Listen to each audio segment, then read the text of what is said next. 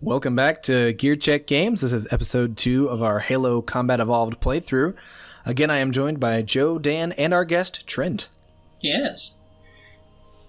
We're greeted by another lovely loading screen. Is this the same loading screen from the original, or did they redo it? This is the original. Yeah. Did it just freeze? Oh. Yeah, no. There's always a little pause of typically around the same spot. And Halo 2 is really noticeable. It always kind of pause in the same spot. So yeah, because I expected it to pause the visuals or whatever for the loading, but then the choir started going like,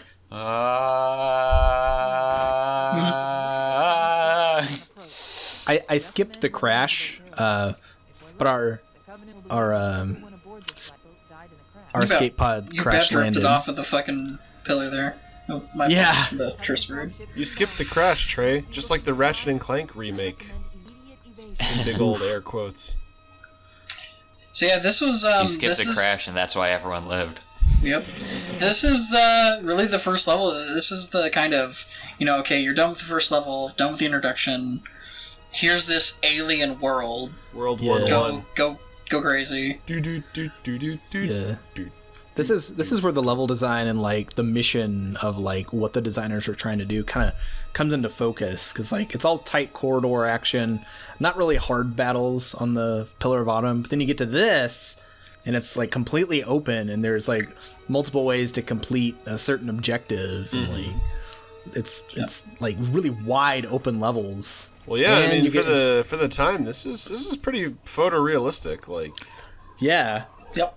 You can still kind of see what they were going for. It still looks good. Huh. I remember these Banshees are always kind of derpy, in my opinion.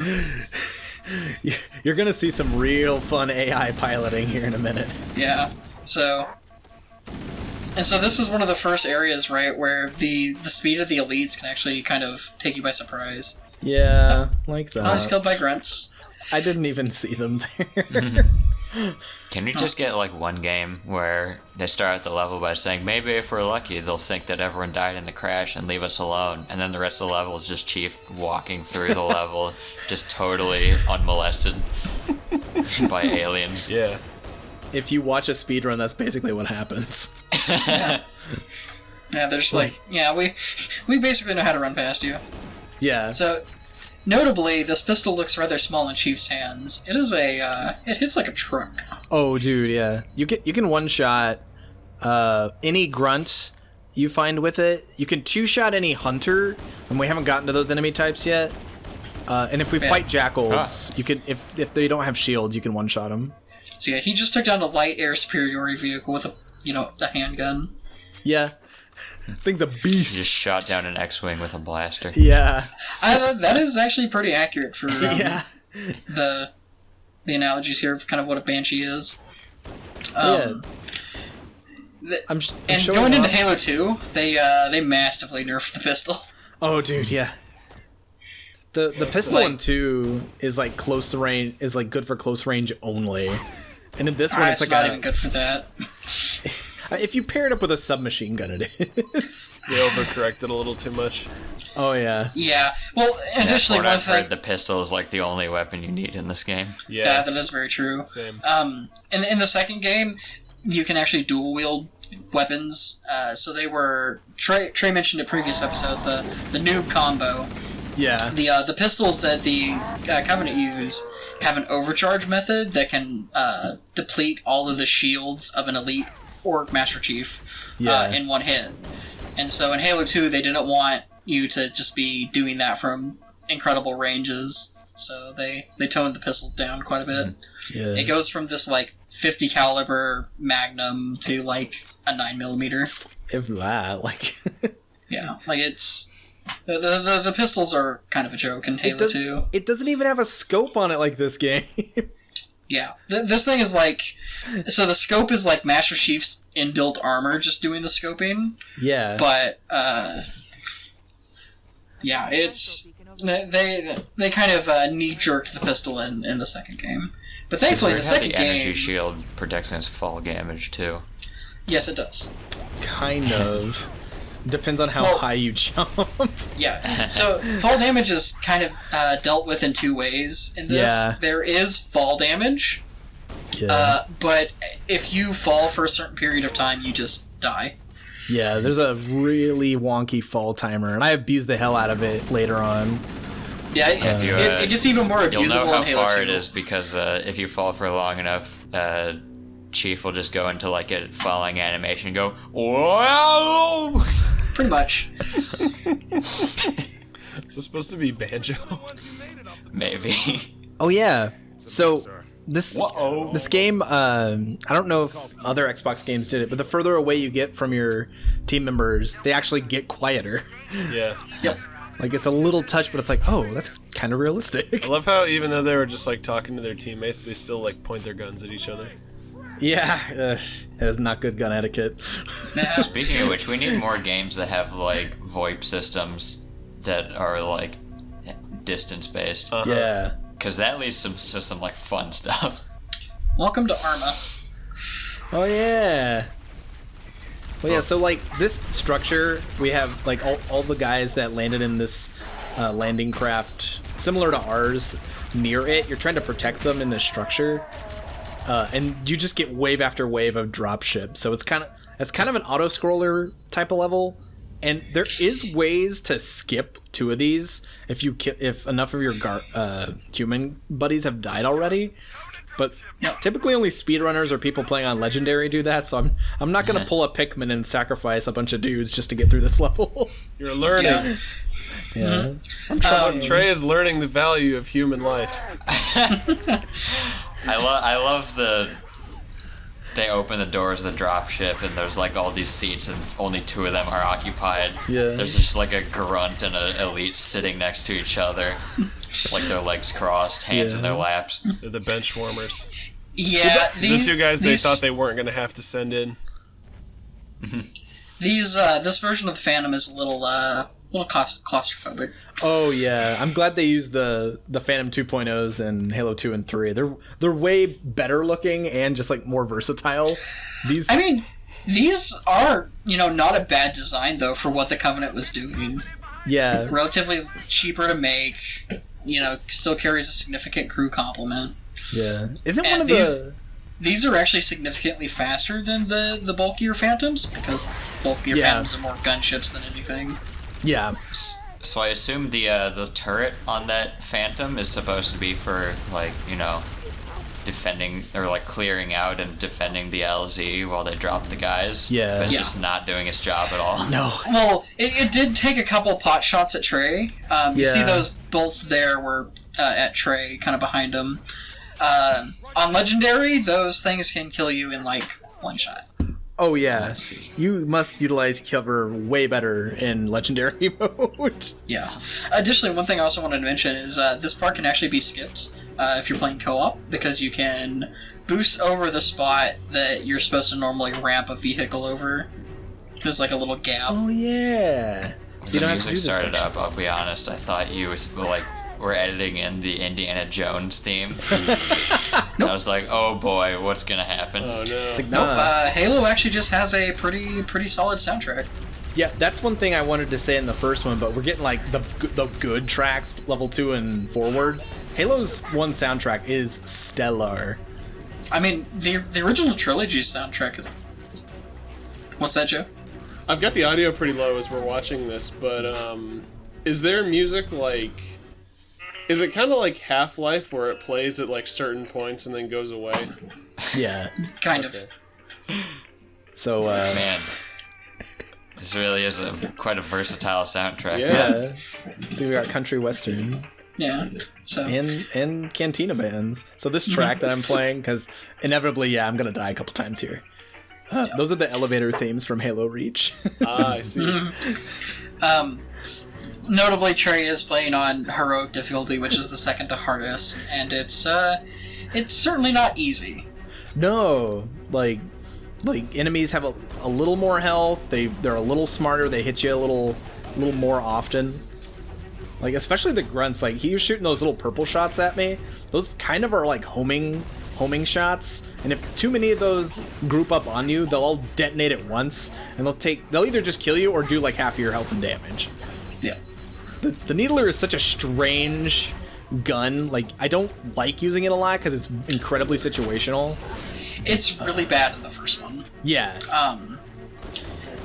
It's actually really useful on Legendary when enemies are a lot more hardy. Yeah. But it gets a lot better in the second one. The second one is kind of where the Needler really came into itself. It is one of the iconic weapons of the series. Oh yeah, we haven't talked about the new enemy type. Oh yeah, the Jackals. Yeah. So we fought the Grunts and the Elites, but the new ones are the Jackals, and those are the ones that almost always have either a Needler or a pistol and a riot shield. Yep. So, notably, kind of similar to, the design philosophy of Doom, where each enemy needs to be, very, very distinct, and upon seeing them, you'll know exactly kind of how they react, and so kind of what you need to do in each situation, depending on the composition of who you're facing. The Jackals are the next step in that. They function differently than Grunts or Elites. Yeah. They're, to me, like you saw what I just did, I almost always just melee them, because they're kind of inaccurate in normal and heroic mode. Because they don't fire as fast as Grunts, but they are way more accurate. Mm-hmm. Notably, you can shoot a little gap in their shield to kind of stagger them and then get a headshot. Yeah, you shoot their hand is what I'm thinking it does. Yeah, that's more or less what it is. Yeah. So does that gap in their shield actually serve any sort of tactical purpose for them? It's where you put your gun. Or is it just there for game logic? No, it's where you put your firearm. Oh, it's where they put the gun through. Yeah. Okay. Yep. That makes sense then. Yep. And so what it is you shoot the gun that they're holding, which is really is a very painful experience, but not damaging. Y'all ready for the four-wheeler of Doom? So yeah, another iconic thing of we're not the playing Halo Sonic series. 06 yet. Ooh, that's a good thumbnail right there. Yeah, waiting for that checkpoint. So this is the iconic Warthog, very very fun vehicle. Yeah. Large chain gun on the back. Again. You getting more biscuits? I think I'm checking Twitter. Oh my god. But so this is actually one of the funnest things in the multiplayer. Really, is getting an ally on the back, maybe even 3 people in the Warthog. Oh yeah. And just going around. On co-op mode, every time you get a Warthog, it's really fun. Like, you don't even want to use... This cave is not a natural formation. You don't say. Yeah. Well, it looks pretty natural to me. So every time... I've watched a bunch of Halo speedruns. That is a big checkpoint thing. Like, if they hear it, they know they're, making, good time, or, if they don't hear it, something's wrong with the game because of a skip they did. So, that's kind of a famous quote. They must always hear that quote. Yeah. This cave's not a natural formation, because you'll hear that kind of around the ending of this hallway if you just skip. Because kind of where Trey's kind of looking a little lost here, because he's actually in the spot where if you mess up, this is where you'll end up at, I believe. Yeah, this is a gap that you can't cross without the Warthog, technically. Yeah. But I'm also about to show something off. Yeah. So, notably, now we're just in Shadow Moses. That's right. Pretty much. So, notably, you can actually get around this gap in solo if you grenade jump, because similar to Quake and Source Engine games, explosions do impart velocity onto the character. So what I'm showing off here, this is some backstory for the Halo universe that wasn't in the original, because the Xbox original just couldn't do videos of this quality. Oh, okay. So this is a character we'll meet later. It's not necessarily a spoiler. Sweetly. What? Yeah, basically. I mean, I imagine it's pretty spoilerly to show a location and what that location's purpose is that doesn't come in until Halo 3. Oh, that's true, yeah. Well, I mean, at this point, Halo 2 and 3, understand, if you hadn't played those and you see these, you're like, I have no idea what they're talking about. I like that when people see a character that looks like this, in spite of the fact that like Halo is iconic and well known, they always go to Wheatley before they go to this guy. Yeah. Because Wheatley was just a more fun character. Yeah. Yes. Yeah. Guilty Spark is memorable, but like he doesn't have the comedy that Wheatley does. He wasn't a mascot character. Yeah. Yeah. I do like his. I don't remember seeing this guy as a sapper in TF2. Yeah. It's like they're giving us like spoilers for like stuff that mostly happens in like the books and stuff that like gets expounded upon in like Halo 4 and 5. It's like this means nothing to Halo 1. Like Halo 1 is basically the movie Alien. So yeah. So like I'm watching this, I'm like, this seems like it doesn't really belong here. This is like the random cutaways in KH2 Final Mix. Yeah. To show Xemnas like walking down a spiral staircase for like 10 minutes uncut. So he can go and talk to the armor of a character that's not in Kingdom Hearts 2. Sorry folks, this is going to be one of those playthroughs where I'm kind of just listening to the other guys talk, and when I do have something relevant to say, it's pertaining to like a different game. I'm sorry. I understand. Well, and plus also this is more or less a detour. Even when the terminals are part of the game, like they were in Halo 3, so these are a new addition. They're still kind of a detour from the intended experience. Yeah, and I think there's one in every level. But I only wanted to show one of them off just to let you know that hey, that's not normally there in the original Halo playthrough. So if you're in the original graphics mode, do they even show up? Nope. No. At least they had the attention to, or at least they had the restraint to do that. Yeah. So if you wanted the real authentic untouched experience. original experience, then So this little area coming up is one of my favorite little areas in this game. Mostly because I died here a lot as a kid because I was really bad at this game. Yeah, your AI allies aren't exactly the most intelligent. No, they will grenade you or shoot you on accident a lot, and it will happen in this playthrough. Well, that plus when they're either driving the Warthog or in the gunner seat, they're not nearly as effective as a human would be in that situation. No. I wish I showed it off in the playthrough, but how you aim when you're in the passenger seat of the Warthog is completely bonkers. Oh yeah, because currently, so in the first Halo, where they kind of hadn't really figured some of the stuff they wanted out yet, the passenger seat's actually in first person. Yeah, so it's really jarring to try and shoot things when you have half of your screen taken up by the side of the car. Which was a really nice immersive bit, but was thankfully changed in the second game to be something far more similar to how it looks when you're driving. Nice so little these physics guys' engine. voices are just voice lines reversed, right? I think so. They are some of Sergeant Johnson's voice lines sped up in reverse. So the famous wort of when they're kind of pointing at you is a pitched up go go go from Johnson. Yeah. Here's the laser bridge, and this impressed me when I first played this game. I was like, oh, this kind of shows off not just the graphical power of the Xbox, but also holy shit, these guys had hard light bridges. Yeah, it's a hard light bridge. Yep. This really is Portal 2. There is actually a important bit of dialogue here where it doesn't always happen. It's a little odd because it's kind of a triggered dialogue, but Cortana will ask Master Chief how he knew which button to press on the console. And he's just I just kind of did. Yeah. In the book variation of this, question the chief. Cortana always asks him how he knows which button, and he literally just shrugs every time. And he's I don't know.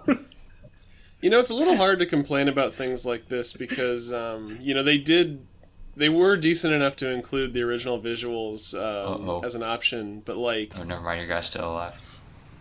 I feel like a lot of the remastered areas don't do a great job of like capturing the original tone of these areas.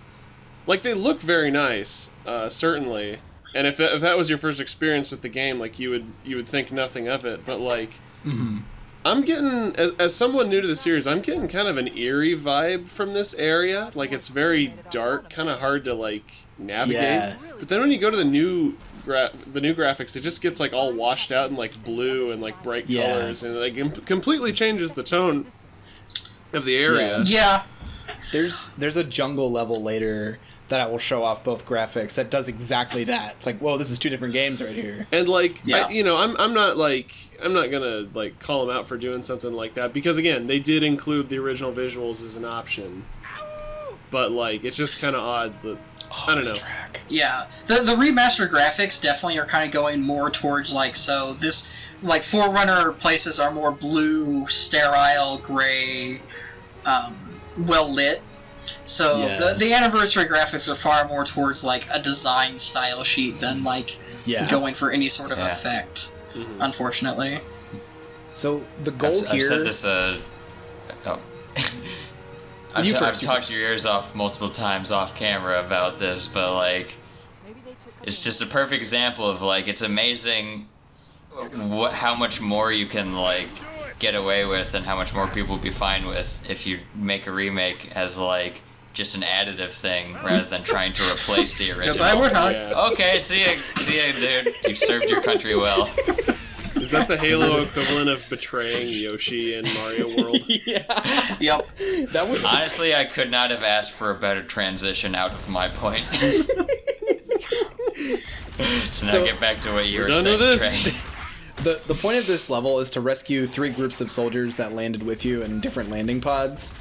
So I just cut out 2 of them because it's wash, rinse, and repeat.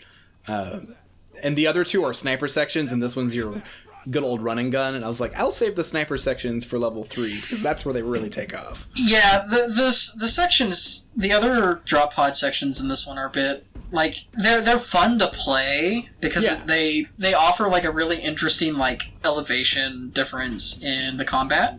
Yeah, and like you can kind of do those 3 drop pods in any order. So it's like every time you play this level, it's going to be a little different. Yep. Sorry to backpedal a little bit, but something that just occurred to me, as far as like remasters and remakes go, is there's going to be inevitably a camp of people, and justifiably so, who want to see the remake like changed and upgraded to like justify like purchasing it like as a different game from the original. And so on that level, I could understand why they would want the remastered areas to look very different from the original ones. But just, I don't know, to me it all just comes down to like not overwriting the original. Yeah. Well, I feel like, if you're making a remake of a game, like an old game, this far afterward, like, you're inevitably not going to be able to get all the same people back, and it's going to, like, even if you try to make it the same thing, you're probably not going to be 100% successful. Mm-hmm. So, like, it's just good to, well, for one, it's good to, like, obviously have the original as, like, an option, just so you're not trying to, like, overwrite it.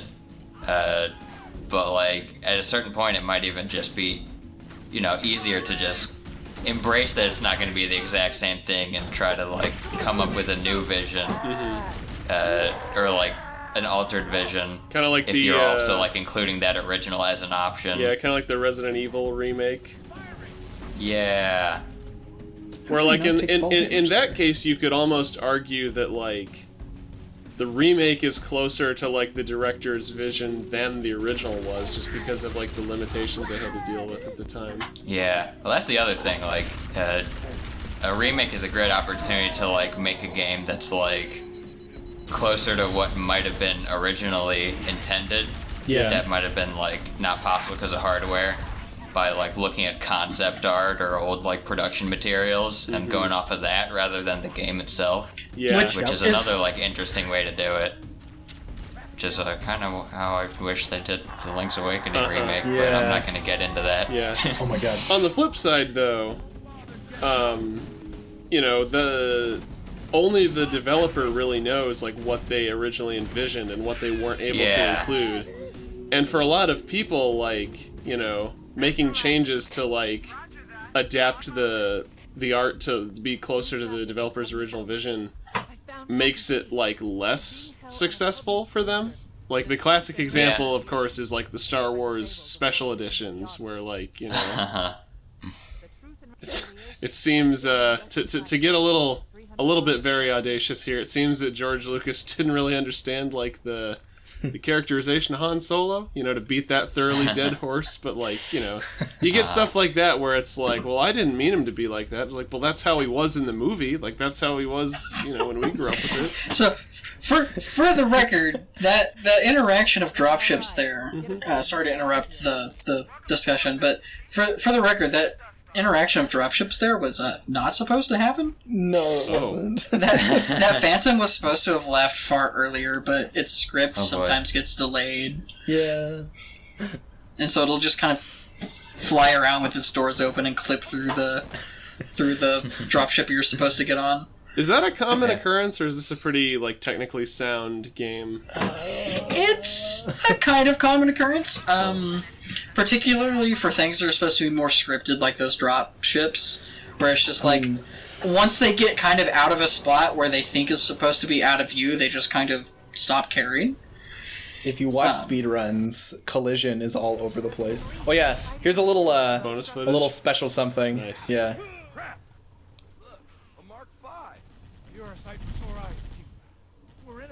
Oh no, I think I know what's coming. I'll call in a dropship to pick them up. Wounded. Damn, dude, that's cold-blooded. Yikes. Wounded. That's one thing I should have pointed out earlier is all the voice acting in the first game and pretty much going forward. It's pretty cinematic. Like, it's really good voice acting. See, we thought Trey had changed his ways after Pikmin, but nay. Hey, I didn't shoot him. He's the same cold-blooded killer we all knew. That's right. You can actually speed up those sequences by slaughtering the Marines. Yeah, that's what speedrunners do. Yep, because in that sequence, there's two ways to, quote-unquote, get through each of the 3 drop pod sections. Yeah. You either kill all of the Covenant, and you'll move on, or if all the Covenant kill all of the survivors, or you kill all of the survivors, Cortana will go, well, there's no one left. Yeah. Better move on. Very sternly.